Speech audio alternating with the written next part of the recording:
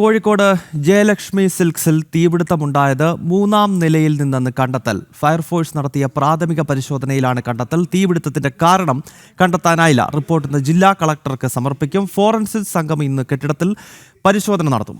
രമ്യാദാസ് വിവരങ്ങളുമായി ചേരുകയാണ്. രമ്യ, കോടിക്കണക്കിന് രൂപയുടെ നഷ്ടമുണ്ടാകുന്ന വലിയ തീപിടുത്തമാണ് ജയലക്ഷ്മി സിൽക്സിനുണ്ടായത്. ഇതിലെന്തെങ്കിലും രീതിയിലുള്ള ദുരൂഹത, അട്ടിമറി സാധ്യത അങ്ങനെ എന്തെങ്കിലും ഫയർഫോഴ്സിന്റെ റിപ്പോർട്ടിലുണ്ടോ?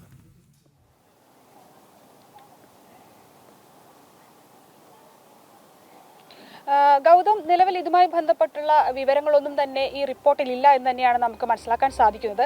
അതായത് ഈ മൂന്നാം നിലയിൽ നിന്നാണ് തീപിടിച്ചത് എന്നതാണ് ഈ ഫയർഫോഴ്സ് ഇന്നലെ കണ്ടെത്തിയിട്ടുള്ളത്. കാരണം ഇന്നലെയായിരുന്നു ഇത്തരത്തിൽ വിശദമായ പരിശോധന ഫയർഫോഴ്സിന്റെ നേതൃത്വത്തിൽ ഈ കെട്ടിടത്തിൽ നടത്തിയത്. അതിനാൽ തന്നെ ഇപ്പോൾ നിലവിൽ നമുക്ക് മനസ്സിലാക്കാൻ സാധിക്കുന്നത് ഈ മൂന്നാമത്തെ നിലയിൽ നിന്നാണ് തീപടർന്നത് എന്നാണ് ഫയർഫോഴ്സിന്റെ കണ്ടെത്തൽ.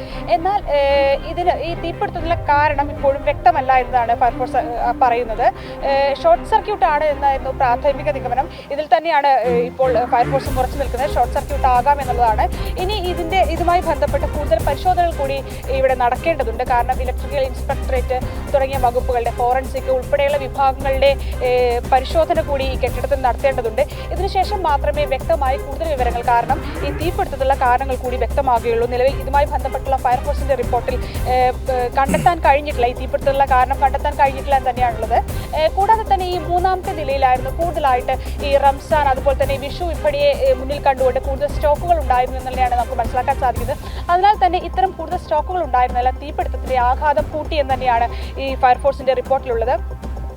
ഇതുമായി ബന്ധപ്പെട്ട് കൂടുതൽ പരിശോധനകൾ കൂടി ഇന്ന് നടക്കും. അതായത് നേരത്തെ ഞാൻ സൂചിപ്പിച്ചതുപോലെ തന്നെ ഫോറൻസിക് വിഭാഗം അതുപോലെ തന്നെ ഇലക്ട്രിക്കൽ ഇൻസ്പെക്ടറേറ്റ് തുടങ്ങിയ വകുപ്പുകളുടെ നേതൃത്വത്തിലാണ് ഇന്ന് പരിശോധനകൾ കൂടുതലായി നടക്കുന്നത്. ഇതുമായി ബന്ധപ്പെട്ടുള്ള പരിശോധനകൾ നടന്നാൽ മാത്രമേ ഈ തീപിടുത്തമുള്ള കാരണങ്ങൾ കൂടി വ്യക്തമാവുകയുള്ളൂ. കൂടാതെ തന്നെ കഴിഞ്ഞ ദിവസം ഈ ജയലക്ഷ്മി സിൽക്സിന്റെ മാനേജറും പോലീസിൽ പരാതി നൽകിയിട്ടുണ്ട്. ടൗൺ പോലീസിലാണ് പരാതി നൽകിയിട്ടുള്ളത്. ഏകദേശം 50 കോടിക്ക് അടുത്ത് നഷ്ടം സംഭവിച്ചു എന്ന പരാതിയാണ് നൽകിയിട്ടുള്ളത്. ടൗൺ പോലീസ് കേസെടുത്തിട്ടുമുണ്ട്. ഇത് വരും ദിവസങ്ങൾ ഇതുമായി ബന്ധപ്പെട്ട കൂടുതൽ വിശദാംശങ്ങൾ, അതായത് തീപിടുത്തമുള്ള കാരണങ്ങൾ ഉൾപ്പെടെ പുറത്തു വരും. ഗൗതം.